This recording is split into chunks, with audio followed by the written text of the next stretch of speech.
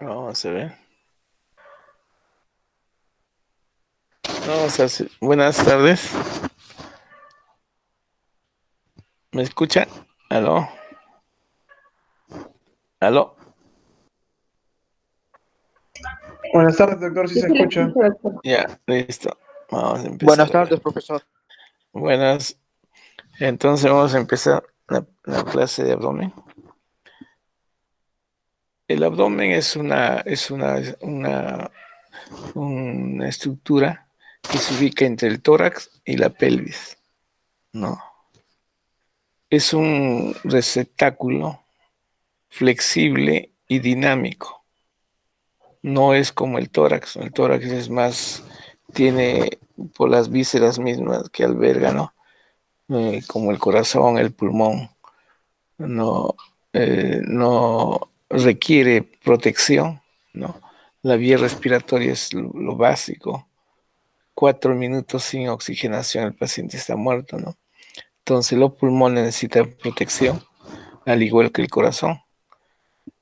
Pero las vísceras abdominales pueden funcionar sin esta protección. No, tanto es que pueden tener diferentes posiciones, ¿no? Las vísceras abdominales pueden ser comprimidas, ¿no? Pueden cambiar de forma. Entonces, el abdomen va a albergar a la mayoría de órganos del sistema digestivo y parte del sistema urogenital, ¿no? ¿Qué vísceras va a albergar? Va a albergar al hígado, ¿no? A la vesícula biliar,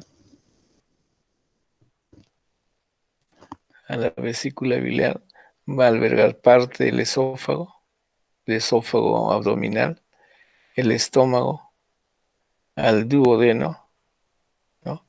Al páncreas, al vaso, a las asas intestinales delgadas, al yeyuno ilium, ¿no? Al colon ascendente, transverso, colon descendente, colon sigmoides, ¿no? A nivel pélvico, al recto, y por detrás de estas asas intestinales, pegado a la pared posterior, se encuentran los riñones, ¿no? También son protegidos. Entonces, ¿qué elementos son los elementos que sirven de contención? O sea, ¿qué elementos mantienen a estas vísceras dentro de la cavidad abdominal, no teniendo una estructura sólida? Solamente el elemento sólido sería la columna vertebral que está en la parte posterior. Todo el resto es tejido blando. Entonces, los elementos que se encargan de mantener, de contener a estas vísceras, son elementos musculares, ¿no? Como el diafragma, los músculos de la pelvis, los músculos de la pared anterolateral del abdomen. Entonces, todas estas capas musculares se van a encargar de desarrollar una presión positiva dentro de la cavidad abdominal para mantener a las vísceras en su sitio, en su lugar, ¿no? Y el movimiento de las vísceras del tejido hay un movimiento muy dinámico dentro de la cavidad abdominal, ¿no? Entonces, estos elementos eh, músculo aponeurótico se refiere al músculo recto anterior del abdomen, este músculo. Se refiere al músculo oblicuo externo, al músculo oblicuo interno, que es este, al músculo transverso. Estos músculos tienen una porción carnosa, esta porción carnosa o muscular, y tiene una porción tendinosa, todos los músculos. Entonces, estos son los que van a desarrollar una presión positiva dentro de la cavidad abdominal. Asimismo, este es en su pared anterolateral. Asimismo, en la parte anterior tenemos al recto, que también contribuye en el desarrollo de la presión positiva dentro del abdomen. Hay un músculo que se ubica dentro de la cavidad torácica, ¿no? Separando el tórax del abdomen. Este es el diafragma. El diafragma también participa desarrollando presión positiva en la región abdominal. Y en la parte baja tenemos los músculos del piso de la pelvis, ¿no? Los músculos, el diafragma de la pelvis. ¿No? Pero estamos hablando de abdomen, ¿por qué nos vamos hasta la pelvis? Es que no existe una separación entre cavidad pélvica, que es esta, y cavidad abdominal. No hay una estructura anatómica que lo separe. Entonces, es una sola cavidad, se llama cavidad abdominopélvica, ¿no? Ahora, el diafragma separa tórax de abdomen, pero aquí no hay ningún elemento que separe pelvis de abdomen. Es una continuidad, es una sola cavidad. Entonces, estos elementos musculares tienen que ser anclados en algún sitio, tienen que estar fijos en algún elemento anatómico y se van a fijar, ¿no? A los anillos, a estos dos anillos fibrosos. Se van a fijar en este anillo fibroso superior que está formado por el borde inferior del esqueleto torácico, ¿no? Aquí se fijan los músculos rectos, por ejemplo, ¿no? Los músculos oblicuos, ¿no? Y el otro anillo es la cintura pélvica. Esos músculos se van a insertar, ¿no? Señalando el recto anterior al oblicuo externo, interno y el transverso, se va a insertar en la parrilla costal y en la cresta ilíaca, ¿no? Ahora, la contracción de estos músculos, ¿qué va a originar? La contracción dice voluntaria o la contracción refleja, ¿no? De estos músculos, del diafragma, de los músculos anterolaterales y de la pelvis, va a generar un incremento de la presión intraabdominal. Dentro del tórax había una presión negativa en comparación a la presión atmosférica. Y esta presión negativa hacía que la pleura parietal esté fija a la pleura visceral. En cambio, a nivel abdominal se desarrolla activamente una presión positiva. Hay una presión intraabdominal generada por los músculos, ¿no? Y esto es necesario que sea así, porque esta presión positiva no ayuda a expulsar el aire durante la expiración, ayuda a expulsar los fluidos, la orina, ¿no? Ayuda a expulsar los gases, las heces y durante el parto, ¿no? Trabajo de parto. Participa también en la expulsión o durante el parto, ¿no? Al paciente se le pide que puja, ¿no? Activamente. Durante el trabajo el útero es puro músculo, pero a veces no es suficiente. El paciente tiene que contribuir con la fuerza muscular de la pared abdominal, ¿no es cierto? Ayuda a desarrollar presión positiva para expulsar al feto, ¿no?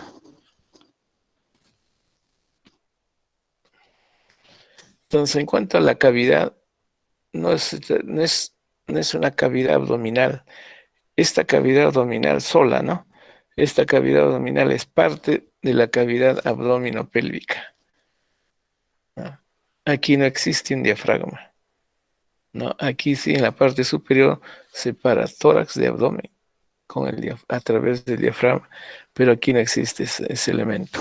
Entonces todo se llama cavidad abdominopélvica, con la parte superior cavidad abdominal y la parte inferior cavidad pélvica. Entonces, el elemento de referencia que, que se menciona como un elemento de reparo entre cavidad abdominal y cavidad pélvica es un estrecho.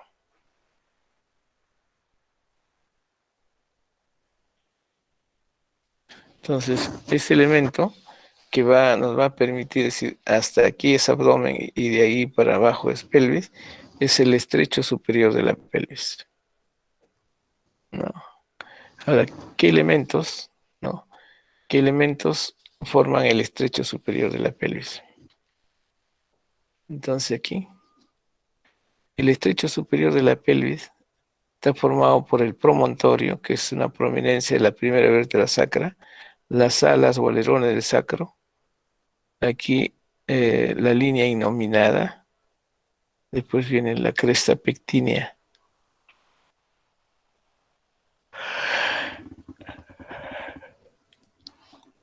Entonces, de este estrecho para arriba es abdomen, de este estrecho para abajo es cavidad pélvica, ¿no? Y el límite superior sí está bien delimitado porque el límite superior es el diafragma, ¿no? El diafragma alcanza, fíjense, el cuarto espacio intercostal. Entonces, ese es el límite superior de la cavidad abdominal. El límite inferior es la apertura superior de la pelvis o estrecho superior de la pelvis. La topografía, la pared abdominal, o las paredes del abdomen se dividen en una pared anterior, ¿no es cierto? Las paredes laterales y por detrás la pared posterior. Entonces, para ver la proyección de las vísceras del abdomen, hay múltiples vísceras dentro de la cavidad y estas vísceras tienen que ser proyectadas hacia esta pared. Necesito hacer una topografía, no topografiar la pared anterolateral. Esta pared se debe hacer una topografía trazando líneas, dos líneas verticales y dos líneas transversales. Entonces, ¿cómo los trazamos? Busco el punto medio de la región inguinal. Entonces, busco el punto medio aquí primero. Busco el ligamento inguinal. El ligamento inguinal va de la espina ilíaca anterosuperior a la espina del pubis. Entonces, busco el punto medio de ese ligamento. Aquí estaría el punto medio. Arriba busco el punto medio de la clavícula, el punto medio clavicular. Y junto esos dos. Y de igual forma en el lado opuesto. ¿No? Aquí.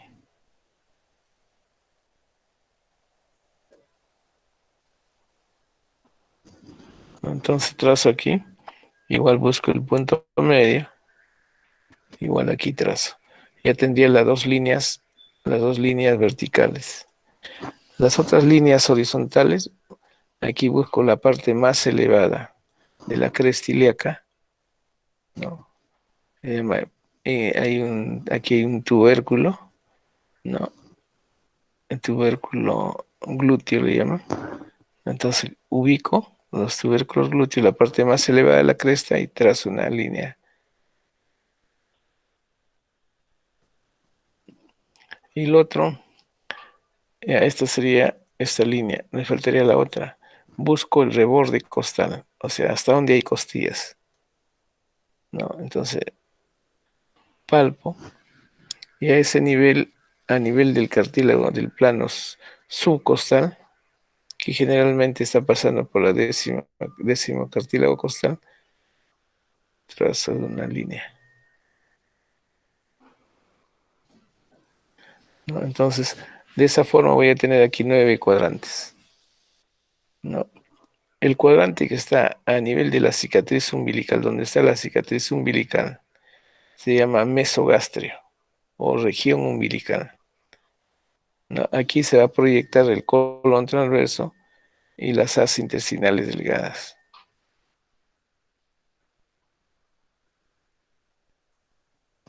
¿no? Entonces aquí vamos a ubicar el colon transverso y las asas intestinales delgadas. En el hipogastrio se va a ubicar la vejiga, ¿no es cierto?, en el sexo femenino, masculino y femenino también. Por detrás va a estar en el femenino el útero y más hacia atrás se va a ubicar el recto. Entonces, si el paciente viene por un dolor en el hipogastrio, aquí, ¿no es cierto?, por un dolor en el hipogastrio, podría imaginarme que es un problema de un problema urinario, puede ser una infección urinaria, ¿no es cierto? Entonces, si yo examino y veo en el paciente varón un aumento de volumen a este nivel, puede tratarse de lo que se denomina globo vesical. Si el paciente tiene una retención urinaria y está aquí, y esta retención urinaria está generando dolor aquí, por un problema prostático puede ser, ¿no? Por detrás está el útero, ¿no? Un útero gestante va a crecer por detrás. Puedo palpar el útero aquí, ¿no? Ese sería en el hipogastrio. Y detrás de esto, en un plano más profundo está el recto, ¿no? Entonces, inmediatamente detrás de la pared del abdomen, aquí, vejiga, útero y recto muy profundamente. En el mesogastrio les decía que estaba el colon transverso y las asas intestinales delgadas. Lateralmente, aquí en la fosa ilíaca, a esto le llamamos fosa ilíaca derecha, aquí vamos a encontrar el ciego.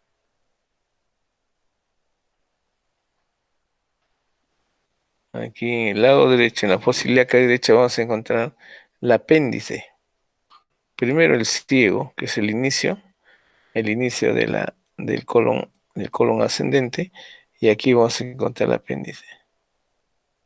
Entonces, si es un paciente de 20 años de edad, 21, ¿no? Entonces, la apendicitis es frecuente a esa edad. En cambio, si viene un niño 5 o 6 años con un dolor ahí, no podría pensar primero en apendicitis, en otras patologías tendría que pensar. Pero también se presenta apendicitis en niños. Y también hay apendicitis en personas mayores, pero no es lo frecuente, no es lo habitual. Entonces, si viene un paciente de 20 años de edad con un dolor en esta zona y es de sexo masculino, primero una apendicitis, ¿no? Y si es de sexo femenino, aquí tengo que una,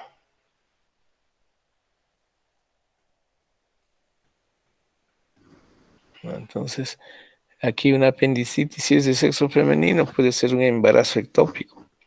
Entonces, si sospecho, es joven y estoy sospechando un embarazo ectópico, le pediré que se haga una prueba, ¿no? Una prueba, un test de embarazo, ¿no?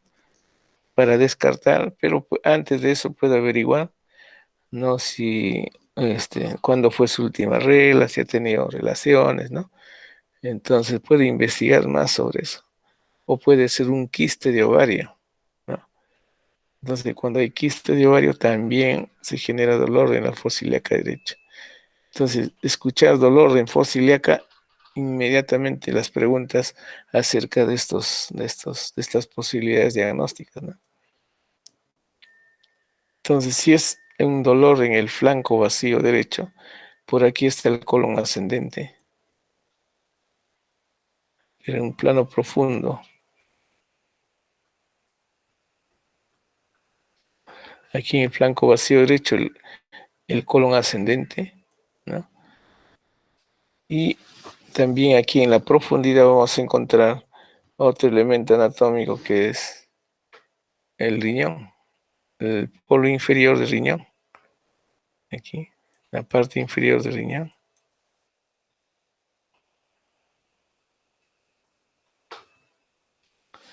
En el hipocondrio izquierdo, aquí sí vamos a encontrar una víscera, el hígado, ¿no? Que se va inclusive hasta el otro lado. Ahí. Si llega casi por el borde inferior.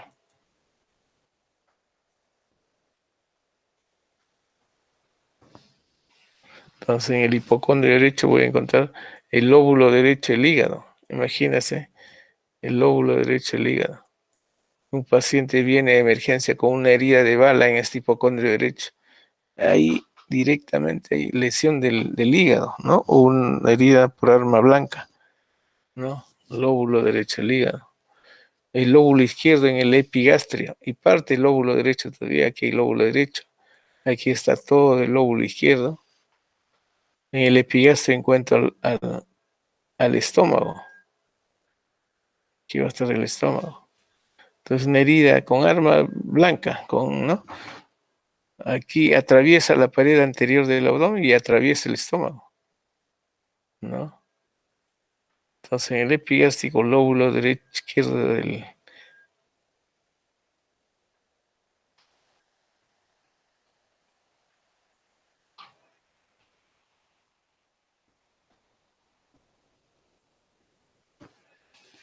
Entonces, aquí el estómago, el lóbulo izquierdo, lóbulo derecho, en el hipocondrio izquierdo, aquí voy a encontrar al vaso, ¿no?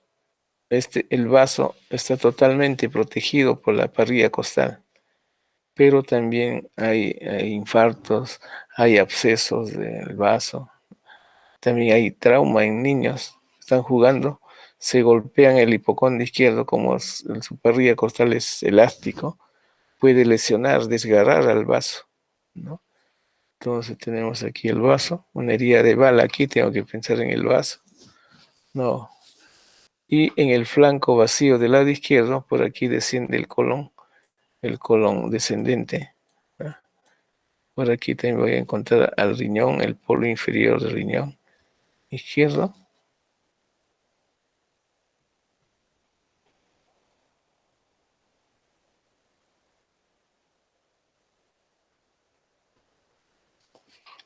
Vamos a ir, entonces aquí, ahí tenemos todas las vísceras en fosa ilíaca izquierda, el ciego, el apéndice, aquí el flanco, colon ascendente, en el hipocondrio, el lóbulo derecho del hígado, en el epigástrico parte el lóbulo derecho, el lóbulo izquierdo, el estómago, ¿no? Aquí nos falta, estaría el vaso, el ángulo esplénico del colon, en el mesogastrio el colon transverso, otra vez el colon transverso, y también en el mesogastrio, en la parte central, tenemos las asas intestinales delgadas y uno hilo. En el hipogastrio, vejiga, útero recto. En fosa ilíaca izquierda, lo mismo, aquí sería ovario, trompa, ¿no? Y aquí colon descendente, aunque colon si mueves.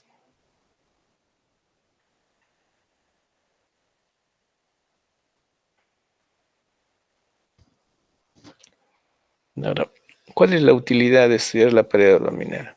Uno, para ubicar los órganos, la proyección de las vísceras, ubicación de las zonas dolorosas, ¿no? Ubicar las vísceras, ubicar los puntos dolorosos y indagar sobre diversas patologías de cada una de las vísceras que se proyectan, ¿no? Entonces, por ejemplo, una úlcera péptica en el mesogastrio, en el epigastrio, una úlcera de estómago, una esofagitis, una pancreatitis, ¿no? En cambio, un dolor en la región, aquí, la región del mesogastrio, ¿no? Cuando recién comienza la apendicitis, si recién hay inflamación, solo compromiso del peritoneo visceral que envuelve al apéndice, hay un ligero dolor y una molestia en el mesogastrio. El paciente viene con la palma y le dice, aquí tengo un malestar, no sé.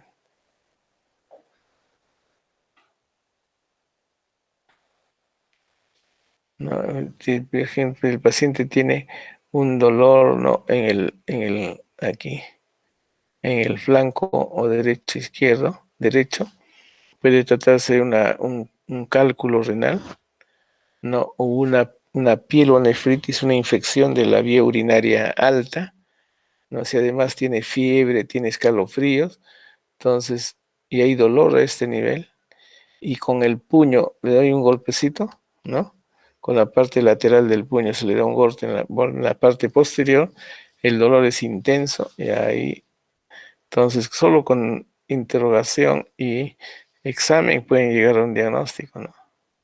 Y después se le pide ya algunos exámenes, pues, ¿no? Para corroborar, ¿no? Una hepatitis, por ejemplo, una hepatitis, ahí el paciente viene por dolor en el hipocondrio derecho,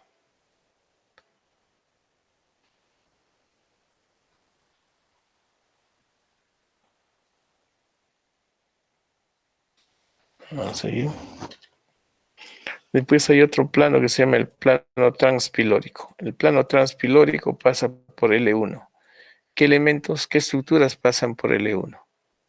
Entonces, los elementos que pasan por L1 es el fondo de la vesícula biliar.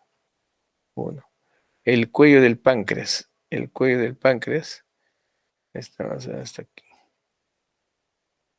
El cuello del páncreas.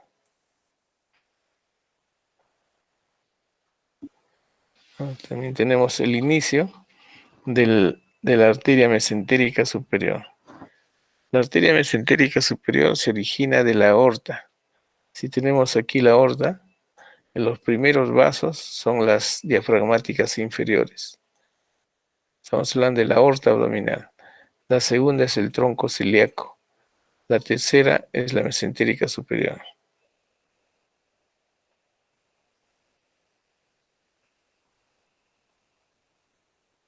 Después tenemos el inicio de la vena porta, ¿no? Entonces, el inicio aquí de la vena mesentérica superior. La mesentérica superior se encarga de inervar a todo el intestino delgado, la mitad del intestino grueso, ¿no? La vena porta, el origen de la vena porta es la unión de la vena mesentérica superior con la vena esplénica, con la vena que viene del vaso. De esta unión resulta la vena porta.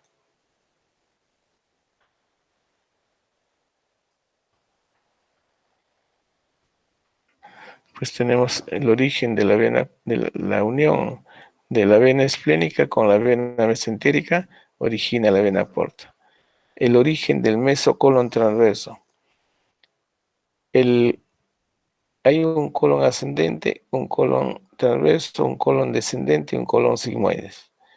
¿No es cierto? Así. Entonces, este colon transverso tiene que ser sostenido por un peritoneo. A ese peritoneo le llaman mesocolon. Este es el mesocolon transverso, aquí, ¿no? Entonces dice, la raíz del mesocolon transverso se ubica a ese nivel.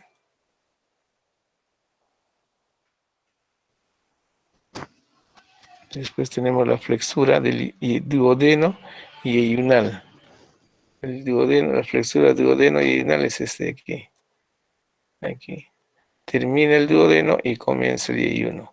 A este ángulo se llama el ángulo de Treis.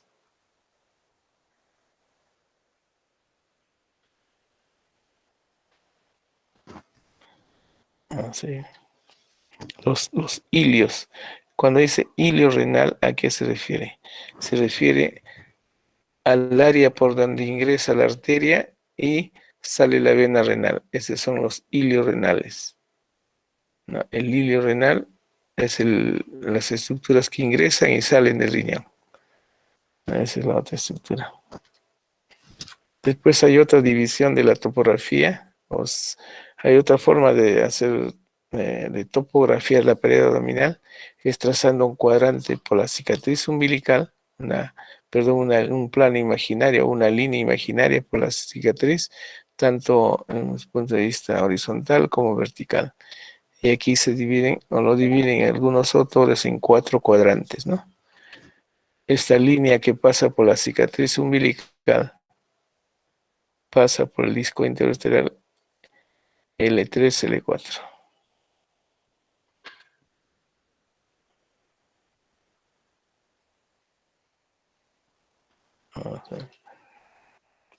Ahora, la pared abdominal, ¿cómo estudia? Se estudia, hay la pared abdominal anterior, las dos laterales y la posterior. Pero aquí se junta la pared anterolateral, porque esta pared anterolateral comparten músculos en común. En cambio, la pared posterior tiene su propia musculatura. Entonces aquí tenemos la pared anterior. Entonces esta sería la pared anterior, ¿no? Aquí. Pero hay músculos que comienzan en la pared lateral, ¿no? En la pared lateral comienzan estos músculos y continúan hacia la parte anterior.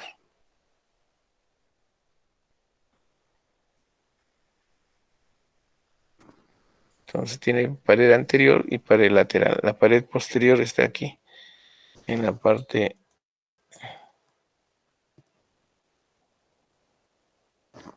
aquí. En la región dorsal, aquí tenemos a los músculos psoas mayor, el músculo cuadrado, ¿no? Esos son músculos de la pared posterior. Músculos de la pared lateral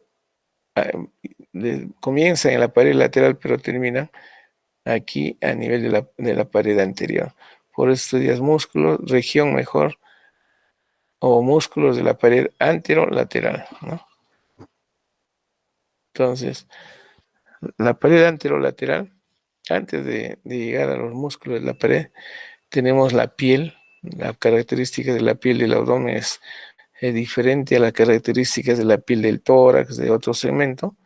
Debajo de la piel tenemos una red de vasos linfáticos, ¿no? Y esta red de vasos linfáticos va a desembocar hacia la región axilar, ¿no? Hacia los nódulos linfáticos axilares o hacia la región inguinal, ¿no? En ese mismo plano del tejido celular subcutáneo tenemos vasos venosos superficiales, ¿no? Que comunican la vena femoral a través de esta red de venas. Se va a comunicar con los vasos.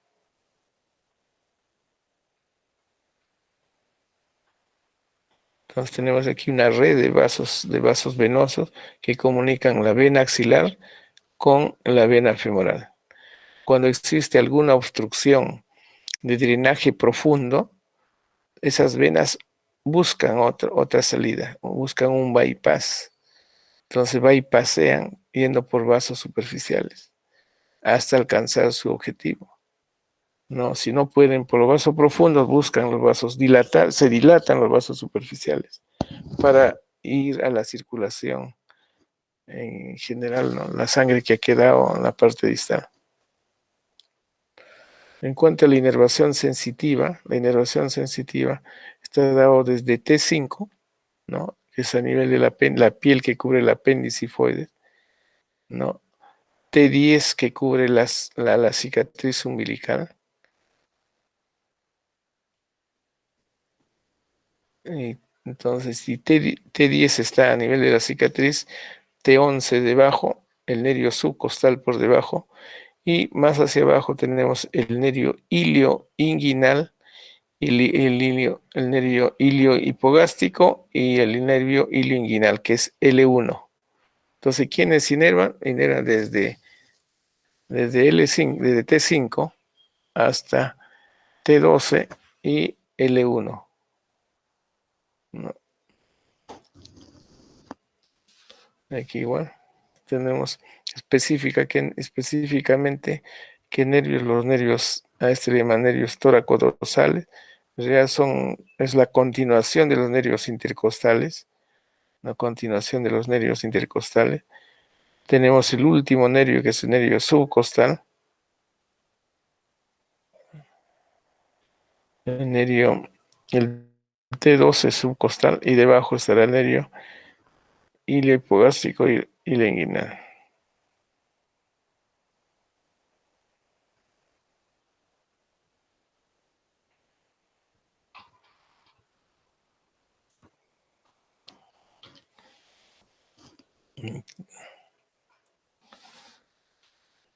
Vamos a ir. Ahora, ¿por qué plano aparecen estos nervios? Si aquí tenemos la médula espinal, de la médula espinal sale un nervio raquídeo. De este nervio raquídeo sale una rama anterior y una rama posterior. La rama posterior se va dirigida hacia la región dorsal, ¿no? Para inervar al músculo al músculo que está a ese nivel, y también da inervación sensitiva a la piel del dorso, ¿no? Y el tronco, la rama anterior, se dirige hacia la parte anterior, entre el músculo transverso del abdomen, este de aquí, por dentro, y el músculo oblicuo interno. Este es el oblicuo interno. Entonces, primero, en la periferia tenemos el músculo oblicuo externo, el oblicuo interno y el músculo transverso.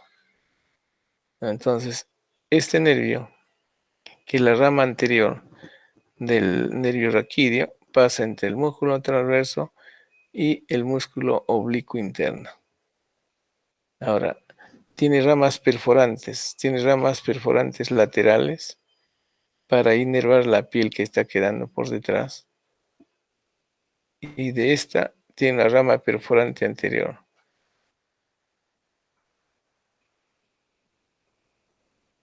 ¿No? Entonces hay perforantes anteriores, hay perforantes laterales para alcanzar la inervación de la piel que está cubriendo la pared del abdomen, ¿no? Entonces, ¿cuáles son las capas de la pared anterolateral? ¿Qué capas vamos a tener? Si quiero ingresar a operar, quiero ingresar a la cavidad abdominal, ¿qué capas tengo que cortar? Primero tengo que cortar piel, después viene la fase de Camper, que es más grasa, es una capa más adiposa, ¿no? La siguiente capa es la fase de Scarpa, que es tejido celular subcutáneo, pero es más membranoso, ¿no? Entonces tenemos aquí la fase de Camper,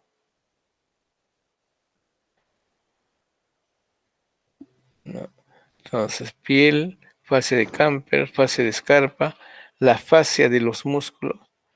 Aquí vamos a encontrar los tres músculos laterales, el oblicuo externo, el oblicuo interno, el transverso, y cada uno tiene su fascia.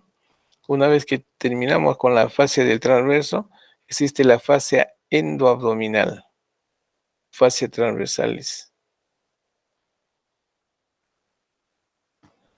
Luego de eso tenemos la fascia endoabdominal, pues hay una grasa y luego tenemos el peritoneo. Cuando terminamos de cortar el peritoneo, recién podemos mencionar que estamos dentro de la cavidad abdominal. Entonces, todas estas capas se tienen que cortar, ¿no? Ahora, para operar, se trata de buscar zonas donde existan menos capas, menos tejido que cortar, ¿no?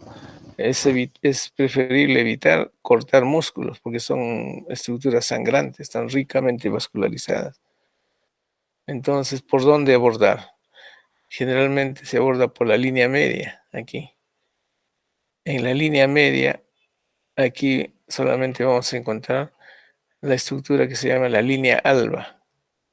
La línea alba o línea blanca es una estructura donde confluyen las fascias de los músculos.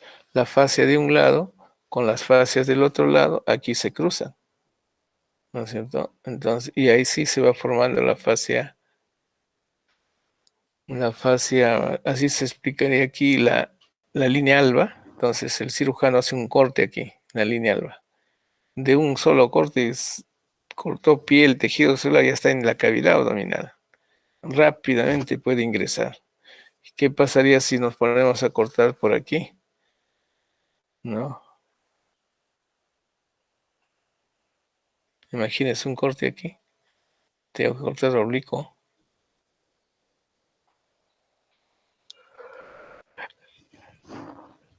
Aquí tendría que cortar al oblicuo externo. Tendría que cortar al oblicuo interno. Tendría que cortar al transverso, ¿no? Y a las fascias que lo cubre, ¿no? Igual aquí, peor aquí, tendría que cortar al recto anterior, ¿no? Entonces, hay que buscar zonas accesibles rápidamente para ingresar, ¿no? Ahora, estos músculos anterolaterales tienen una porción, fíjense, tiene una porción carnosa, ¿no es cierto? Todo esto y una porción tendinosa. Este es su tendón. Todos los músculos tienen porción muscular y porción tendinosa. Vamos a ver. Aquí, esta es una vista por detrás del abdomen. O sea, esto es como si estuviéramos dentro del abdomen, ya en la cavidad, ¿no? La cavidad se llama cavidad peritoneal, estamos dentro de la cavidad peritoneal, pero mirando a la pared anterior, la cara posterior de la pared abdominal.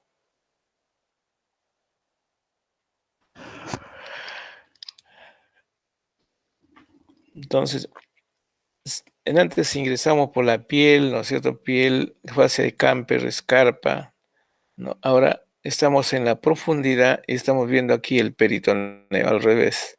La capa que cubre, tapiza por dentro a toda la cavidad peritoneal es el peritoneo parietal, este de aquí, ¿no? Si yo rasgo este peritoneo parietal, como aquí, ¿no? Lo que voy a encontrar es la fascia transversalis. O sea, primero sería aquí.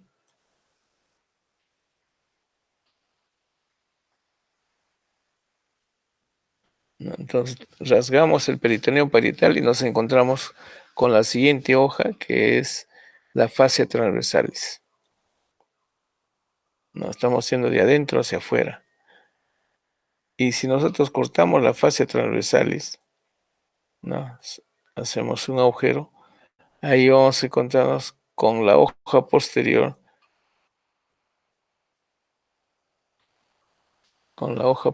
del estuche de los rectos aquí.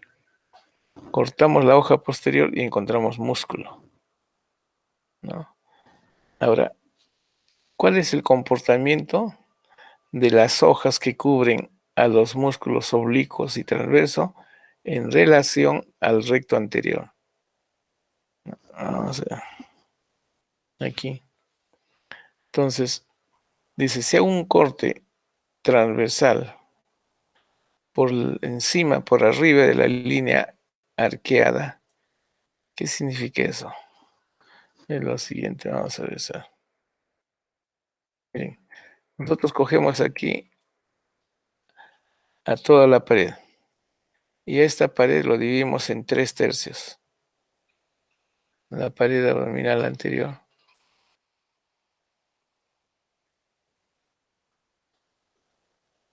Entonces nosotros a toda esta pared lo dividimos en 3/3, vamos a pintarlo de negro.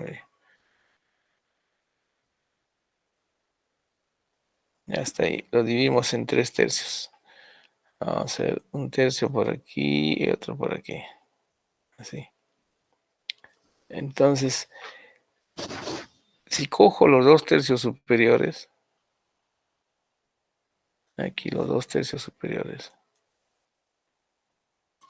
¿cómo se van a comportar las fascias de los músculos oblicuo externo, oblicuo interno y el transverso? No, en relación al recto anterior.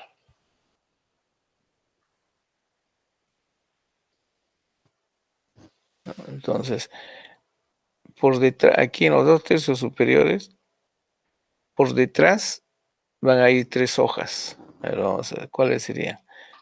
Aquí tenemos el oblicuo, el transverso, el oblicuo interno, el oblicuo externo. No, la línea media está por aquí. Por aquí tenemos, a ver, al músculo.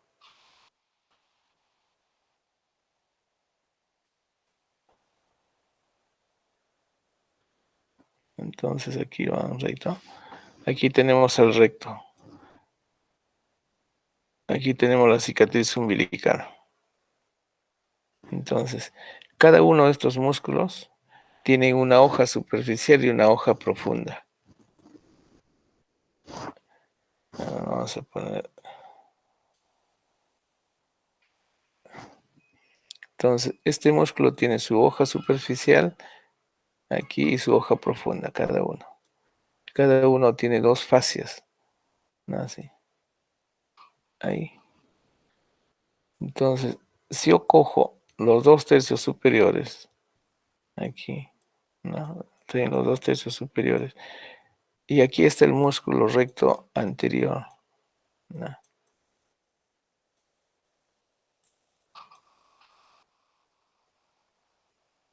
Aquí está el músculo. ¿Cuál es el comportamiento de estas 2 hojas? Aquí tenemos 6 hojas. De estas, las 2 hojas del oblicuo externo van por delante, así. Del oblicuo interno, una hoja va por delante y otra hoja va por detrás. Y del transverso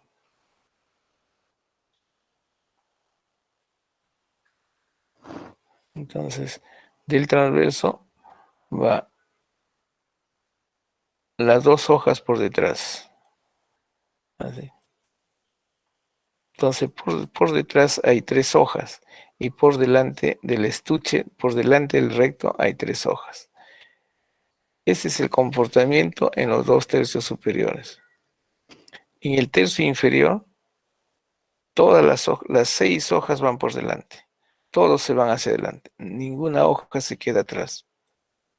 Las 6 hojas van a estar por delante. Las 6 hojas de los músculos que corresponden. ¿Y detrás qué quedó? Detrás solamente queda la fascia transversalis, porque todos se han venido hacia adelante. Entonces, eso es lo que aquí se quiere señalar, ¿no? Es lo siguiente, ¿no? Entonces aquí tenemos el oblicuo externo, ¿no? Este es el oblicuo interno y el transverso. Entonces, como cada uno tiene dos hojas, de este salen dos hojas, e igual de este tiene dos hojas y este tiene dos hojas. Entonces, cuando encontramos aquí al recto, es en relación al recto.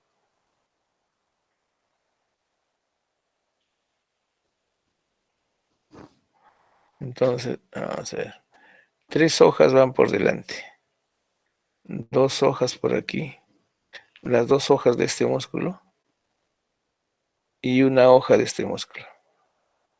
Sí. Y por detrás sus 2 hojas del transverso.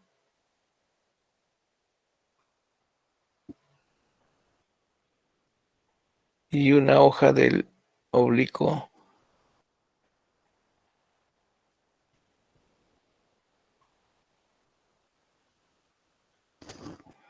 Entonces, 3 hojas por delante, 3 hojas por detrás. Y esas hojas se van a cruzar en la línea media.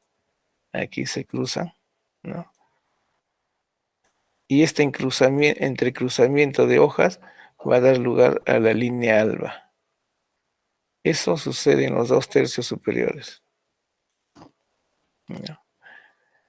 Y además de eso, ¿qué vamos a encontrar por detrás? Encontramos la fascia transversalis aquí, ¿no? O sea, aparte de las 3 hojas, tenemos la fascia transversalis, la fascia extraperitoneal, ¿no? Y el peritoneo.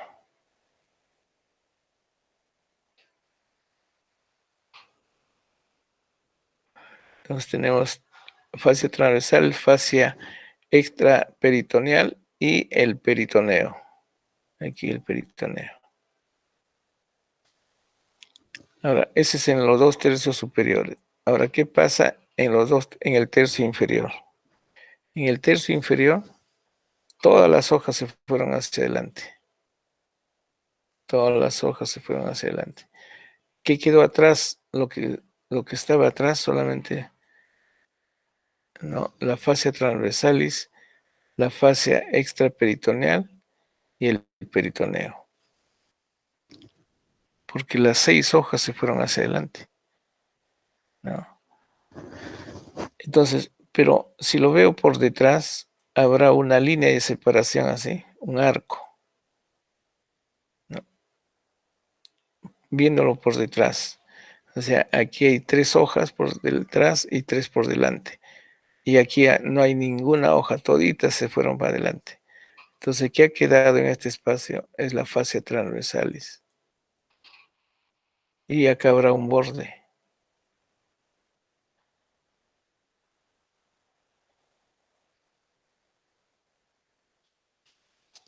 Vamos a ver. Ahora, ¿a cuál le llaman el estuche de los rectos, no? Cuando las 3 hojas que quedaron por detrás,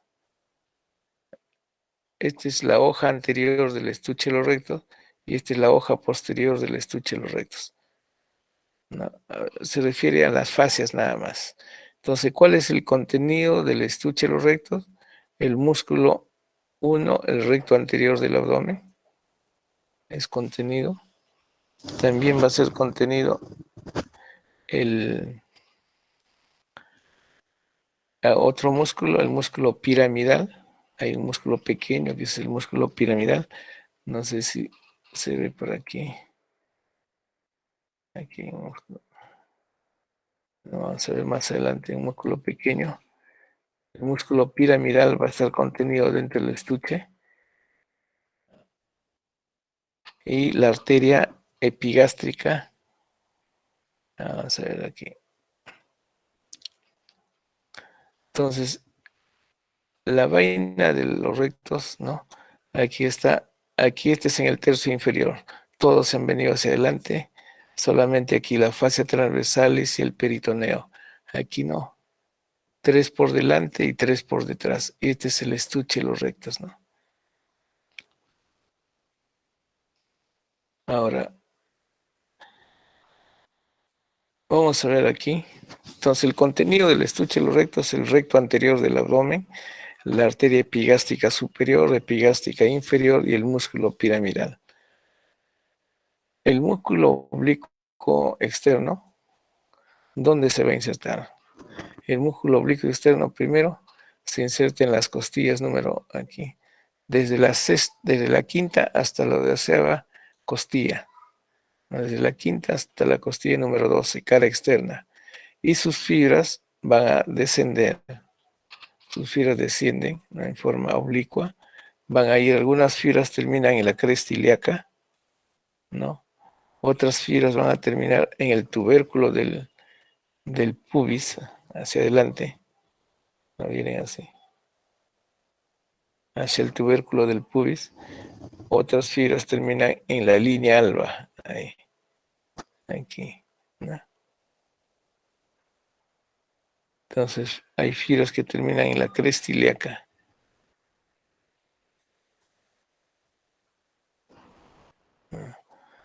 Cresta ilíaca, unas terminan en el ligamento inguinal y forman el ligamento inguinal, terminan en el tubérculo del pubis adelante aquí, y los otros que van hacia la línea alba, van a formar la línea alba, cruzándose con el del otro lado en la línea media, ¿no?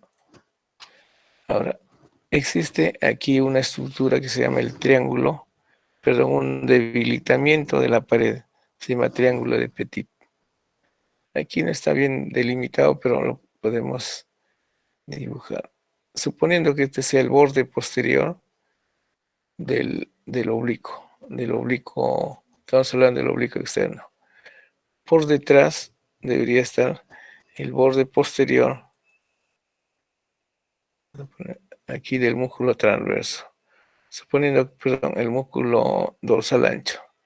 Suponiendo que esto sea el dorsal ancho, ¿no? Y no el oblicuo interno, ¿no? En la profundidad, perdón, en la parte baja tenemos la cresta ilíaca. Este triángulo,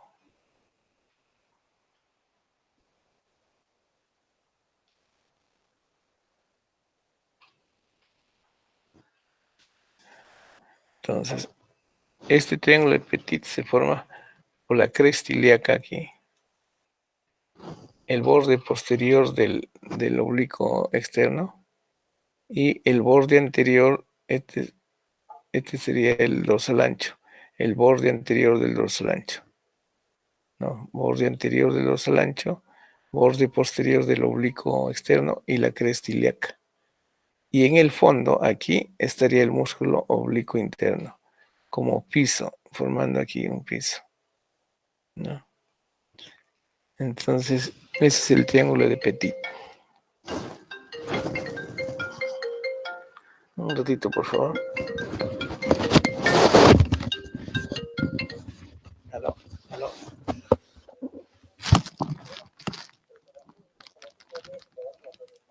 Ya, ¿todo bien?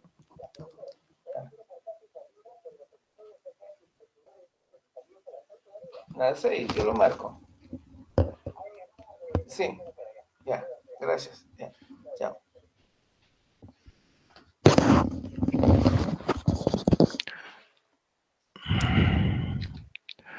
Entonces, vamos a ver aquí. El otro músculo es el oblicuo el oblicuo interno. El oblicuo interno, sus fibras del oblicuo externo vienen de arriba hacia abajo, ¿no es cierto? Estas son las fibras del oblicuo externo. Del oblicuo interno las fibras comienzan abajo y van hacia arriba.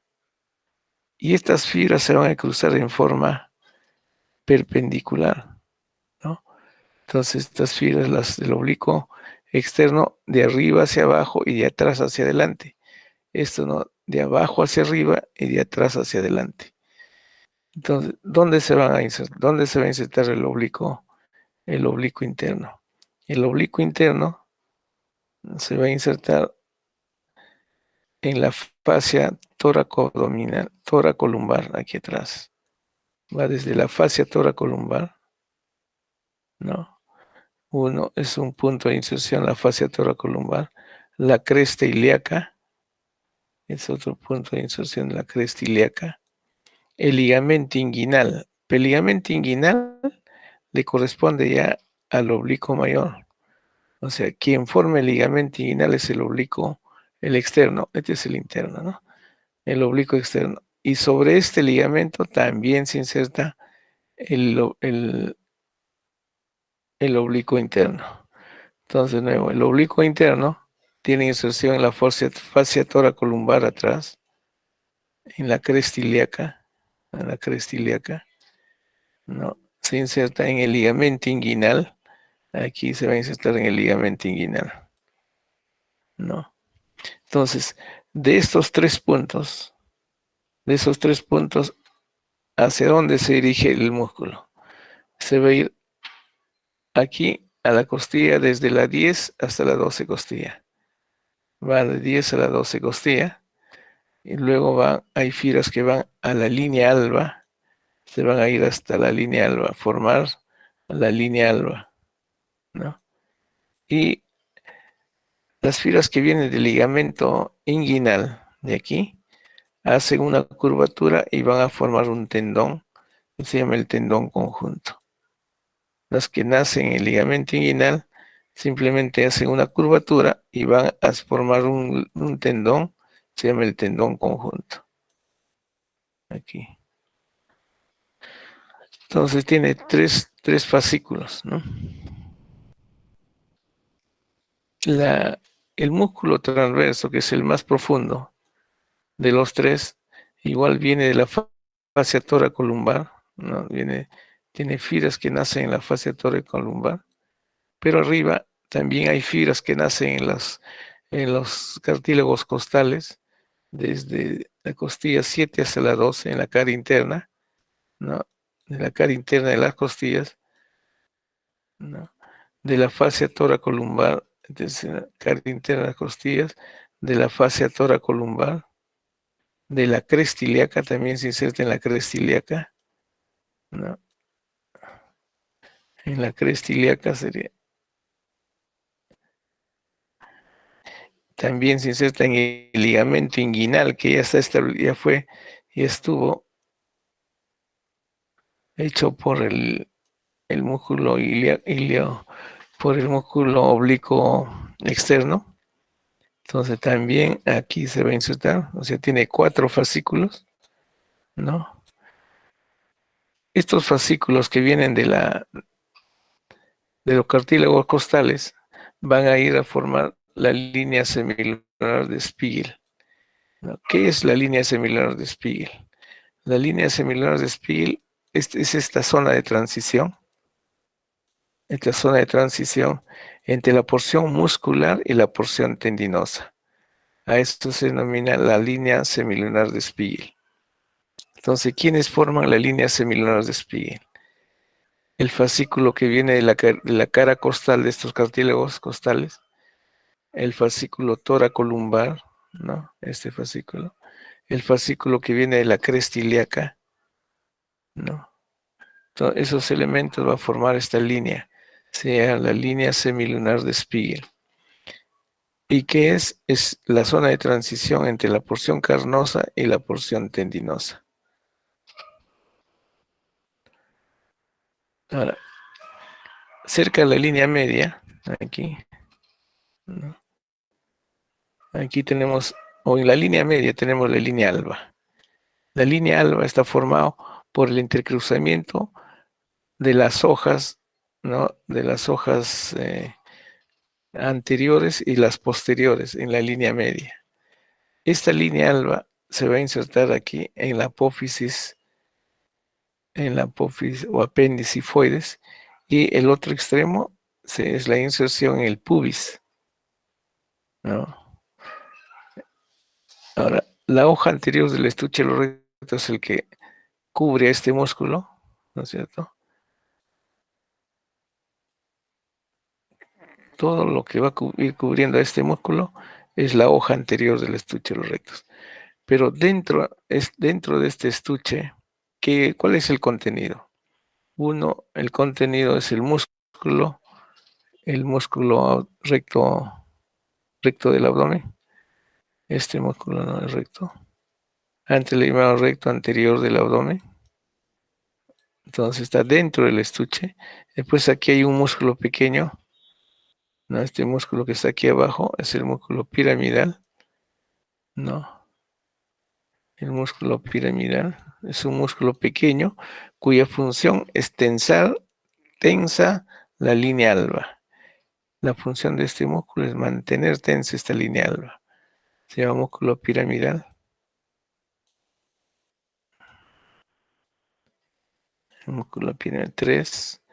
¿Qué más vamos a encontrar dentro del estuche? La arteria epigástica inferior, arteria epigástica inferior. Epigástica inferior. ¿Qué rama esta es rama de la ilíaca, de la arteria ilíaca externa? Es una rama de la arteria ilíaca externa. Y 4, la arteria epigástica etela inferior. Pero la inferior se anastomosa con la arteria epigástica superior. La arteria epigástica superior es rama de la mamaria interna. La arteria epigástica inferior, entonces la arteria epigástica inferior se anastomosa con la epigástica superior, pero por detrás del estuche, por detrás del músculo, no por delante. ¿De dónde viene esta arteria epigástica inferior? La arteria epigástica superior es de aquí. Es de la mamaria, arteria epigástica superior, ¿no? Es una rama de la arteria mamaria, de la mamaria interna o torácica interna, ¿no? Entonces, el estuche de los rectos, el contenido es el músculo recto del abdomen, el músculo piramidal, este que está aquí, este músculo de aquí, cuya función es mantener tenso la línea alba, la arteria epigástica inferior, que se anastomosa dentro del estuche de los rectos con la arteria epigástica inferior, la superior es rama de la mamaria, la arteria mamaria, y la inferior rama de la ilíaca externa. Entonces aquí estamos viendo, no, aquí está la hoja anterior del estuche de los rectos. Esta es la hoja anterior. Todo esto. Aquí está el músculo, debajo debe estar el músculo, ¿no es cierto? Debajo de este estuche debe estar, esta es la hoja anterior. Todo esto.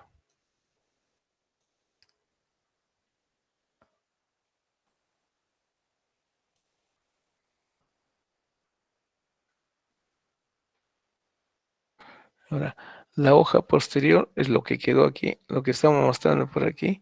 Aquí se ha retirado el músculo. Aquí está el músculo cortado, el recto anterior está cortado aquí. Aquí también está cortado, ¿no? Entonces se ha retirado todo el músculo de aquí, ¿no? El recto anterior se ha retirado para poder ver que por detrás de ese músculo está la anastomosis entre la epigástica inferior y la epigástica superior.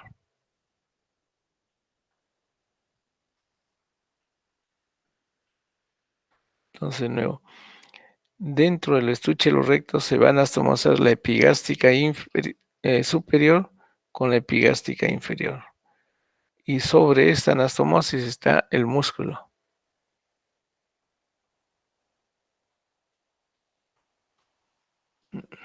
Sí. Ahora, ¿quién irriga la pared abdominal? ¿Qué elementos, qué vasos sanguíneos se va a encargar de irrigar la pared abdominal? Una de los vasos es la arteria epigástica superficial. La arteria epigástica superficial nace en la ilíaca externa. Esta es una rama de la ilíaca externa, ¿no? Entonces, de la arteria, perdón, de la femoral, es rama de la femoral. La arteria femoral es una rama del miembro, perdón, es un vaso sanguíneo que se va a encargar de irrigar al miembro inferior. Pero ni bien nace, da una rama gruesa, ¿no? Se llama arteria epigástica superior, ¿no? Y se va a encargar de irrigar la parte inferior de la pared del abdomen. Otra arteria es esta arteria circunfleja, ¿no? Ilíaca profunda aquí. Después tenemos la arteria epigástica inferior, ¿no?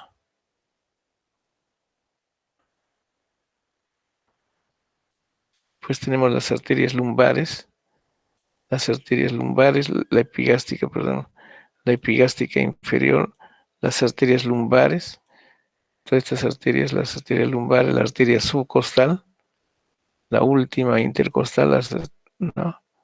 Las arterias intercostales posteriores.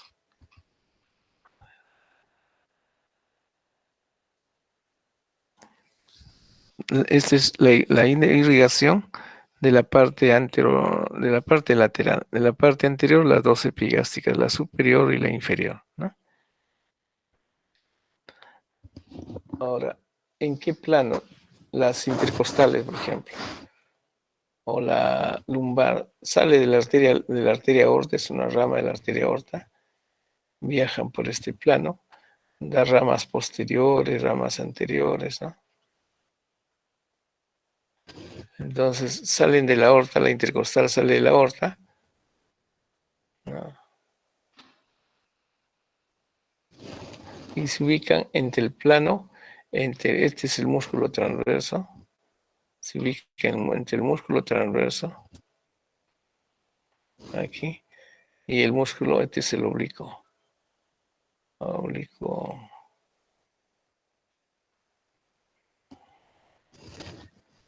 Y a medida que va avanzando hacia adelante entre el músculo transverso y el oblicuo, este de aquí es el oblicuo interno, ¿no? Va dando ramos perforantes para los elementos, para los tejidos blandos, ¿no?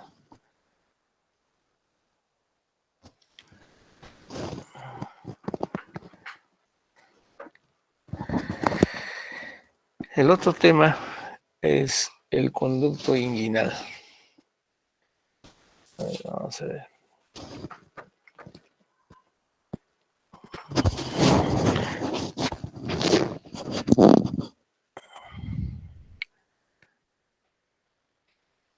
El conducto inguinal, ¿no? Es un conducto por donde va a transcurrir, por donde va a descender el cordón espermático. Este conducto inguinal presenta un anillo inguinal superficial, aquí, ¿no? Y un anillo inguinal profundo. Entonces por aquí desciende el testículo. El testículo se origina en el abdomen durante la vida embrionaria, ¿no es cierto? Se va a originar en el abdomen y durante su desarrollo el testículo tiene que descender a través del conducto inguinal hasta las bolsas escrotales, hasta el escroto. Entonces, en el nacimiento, ese testículo debe estar en las bolsas escrotales. Entonces, el neonatólogo, el que recibe o no, o recepciona al recién nacido, tiene que palpar si hay testículos o no en las bolsas escrotales y dar un tiempo, conversar con su pediatra o con su neonatólogo luego para evaluar si es que no habría, si es que el testículo, la piel, el escroto está vacío, ¿no? Porque si no desciende el testículo, ese testículo puede quedarse en el camino, en el conducto, y con el tiempo se degenera y puede generar inclusive tumores malignos. Entonces es necesario que los testículos desciendan a las bolsas escrotales. Entonces el camino que deja el descenso del testículo, a ese camino, a este túnel, ¿no? A este conducto, le llaman conducto inguinal. Entonces, este conducto inguinal tiene paredes, tiene una pared anterior, ¿no es cierto? Y la pared anterior del conducto inguinal está dado por el músculo, por la fascia del músculo oblicuo, del oblicuo externo. Entonces, quien forma la pared externa es el oblicuo externo. Si nosotros lo dibujamos como si fuera un, un, un cajón, digamos, ¿no? Aquí, con cuatro paredes, ¿no?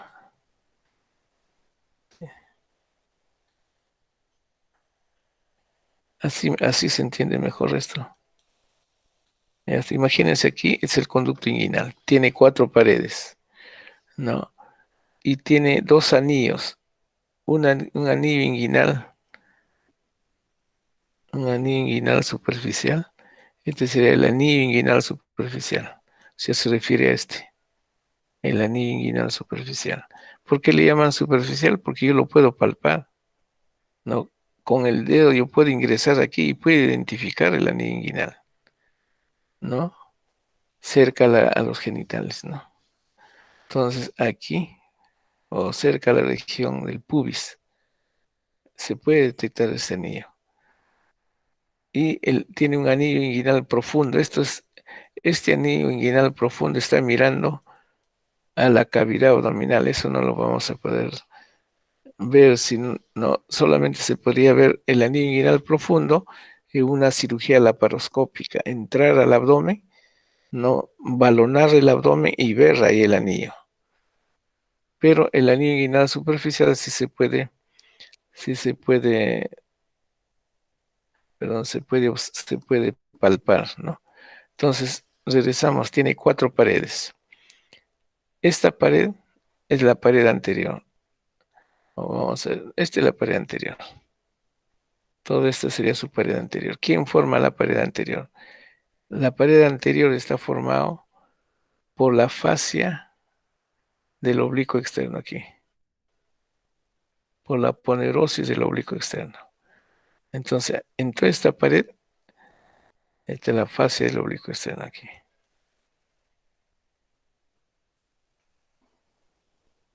¿no? Entonces, pared anterior, aponerosis del oblicuo externo. Aquí. Ahora, la pared posterior, la que está al fondo, la que está al frente, al otro lado, esta pared. Esta pared está dada por la fascia transversalis, solamente fascia transversalis, nada más. O sea, la pared más débil es donde está la fascia transversalis. La pared externa es fuerte porque ahí está la aponerosis del oblicuo, la aponerosis del oblicuo mayor o oblicuo externo. Ahora, el piso, ¿quién va a dar origen al piso? El piso también es el oblicuo mayor. O sea, por aquí viene la fase del oblicuo mayor, forma la pared anterior y se dirige al piso y forma también la pared, el piso, va a formar el piso. Entonces viene, forma la pared anterior,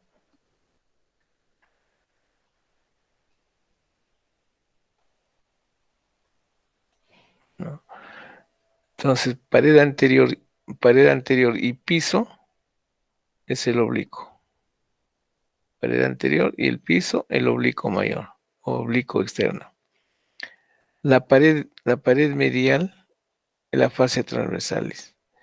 Ahora lo que me faltaría aquí, la pared superior. ¿Quién está en la pared superior? En la pared superior va a estar el borde inferior del oblicuo interno y del transverso. Ahí es más difícil de entender. Vamos a ver cómo hacemos. Vamos a dibujar aquí solamente el anillo. Vamos a dibujar por aquí el anillo. Esto sería el anillo inguinal. Entonces, en la pared lateral, dibujamos aquí. Este sería su pared lateral anterior, esta pared de aquí. Entonces aquí habíamos dicho que está en la pared anterior, está la fascia del oblicuo mayor. Esta es la fascia. Perdón, del oblicuo externo. Pero esta fascia del oblicuo externo no solamente está en la pared anterior, sino también va a forma el piso. Así. O sea, la ponerosis del oblicuo externo forma el piso y la pared lateral. La pared medial, vamos a dejarlo en rojo. La pared medial, aquí estaría la fascia transversalis en la pared medial. La fascia transversalis. Esto que aquí lo pinté de rojo, ¿no? Aquí. Ahí estaría la fascia transversalis, toda la pared. La fascia transversal y la pared interna. Ahora, me falta aquí el techo. ¿Quién forma el techo? Entonces, en el techo está el borde inferior. El borde inferior.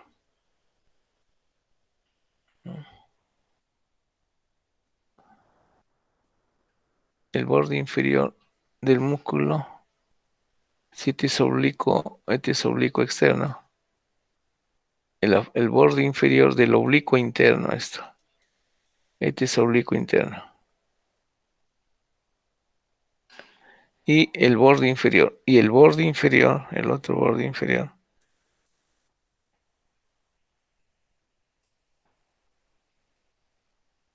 Vamos a ver aquí. El borde inferior del transverso. O sea, estos dos bordes, solo los bordes van a formar el techo, ¿no?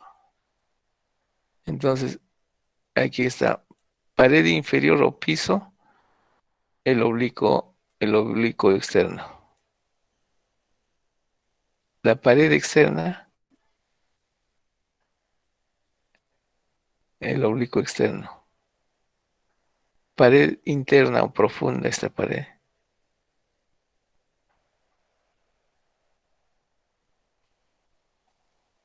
Entonces, esos son los límites del conducto. Imagínense todo eso en el conducto. Entonces, cuando existen hernias, o sea, hay debilitamiento de este conducto, un asa intestinal puede venir por aquí así y se aparece en la bolsa escrotal así, ¿no? Entonces, esta asa intestinal ingresó por el anillo inguinal profundo y ahora el paciente nota una tumoración aquí, ¿no? Por aquí, no, palpa aquí. Cada vez que se levanta, aparece por aquí una tumoración. Que hay en la pared, está este conducto, sea, sus paredes están muy débiles o hay una presión intraabdominal muy grande que está empujando a la víscera. Y a esta se llama hernia inguinal indirecta, ¿no? Cuando ingresa por el anillo inguinal, cuando ingresa por el anillo inguinal, por este anillo inguinal profundo, se llama hernia inguinal indirecta. Hernia inguinal indirecta.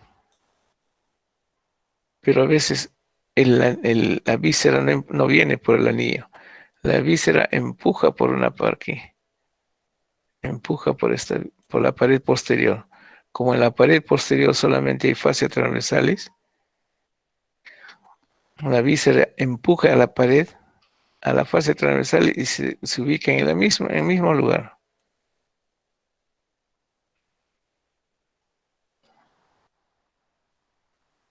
Entonces hay dos tipos de hernia inguinal indirecta, que es y la otra se llama hernia inguinal directa.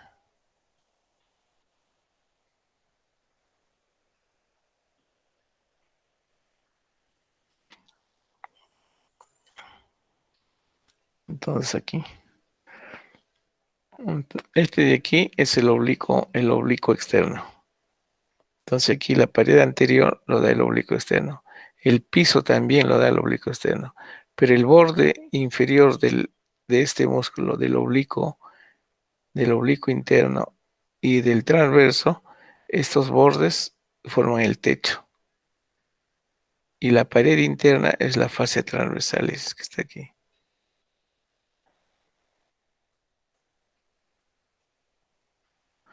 Entonces, el anillo inguinal superficial es el anillo que está aquí.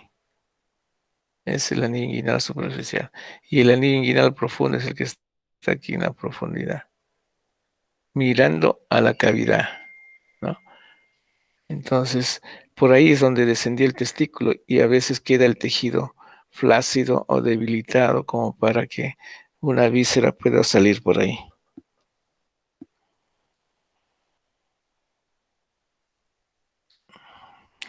Ya, ahí nos vamos a quedar. Gracias.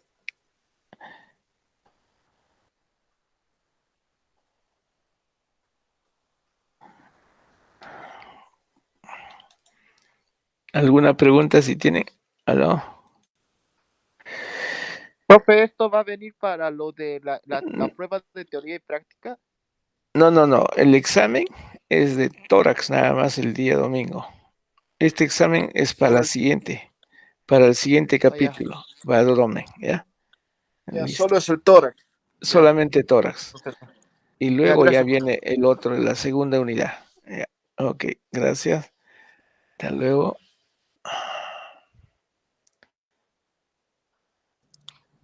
Gracias, doctor. Gracias.